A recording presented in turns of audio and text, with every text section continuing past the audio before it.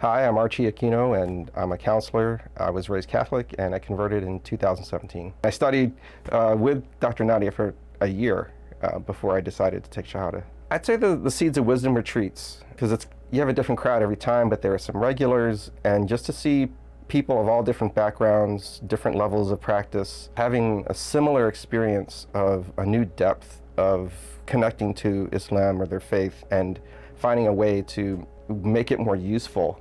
You know, that to me was the turning point. What we do in the retreats, to me, is all about how do you put this into practice? That's the challenge. So for me, it's awesome to see people having these breakthroughs, borders on kind of group therapy, but it doesn't really go there. It's an individual experience and a group experience at the same time, and I really kind of enjoy that.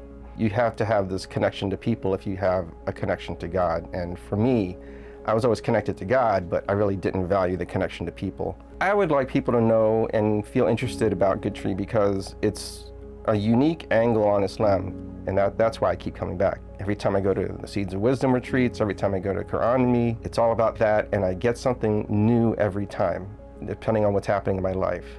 And I just see it as a kind of a living embodiment of how to walk the talk.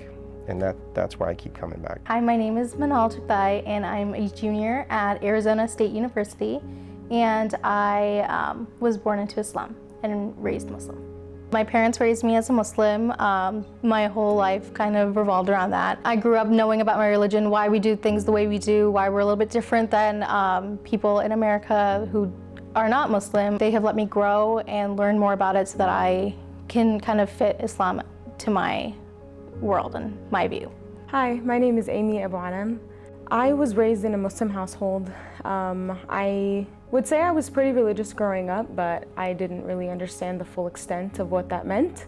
And Good Tree kind of helped me understand what it meant to me and to the world. Good Tree was empowering for me as a student because in a world where it's so easy to be looked down on or almost seen as unintelligent, Good Tree gave me the tools that I needed to feel empowered and brave enough to explore my religion and stand by my religion. Good Tree was empowering through intellect. My earliest memories of Islam was basically just being told to memorize the Quran. They were more assignment-based rather than conceptualizing and understanding the content of the Quran, let's say, if that's what we were studying.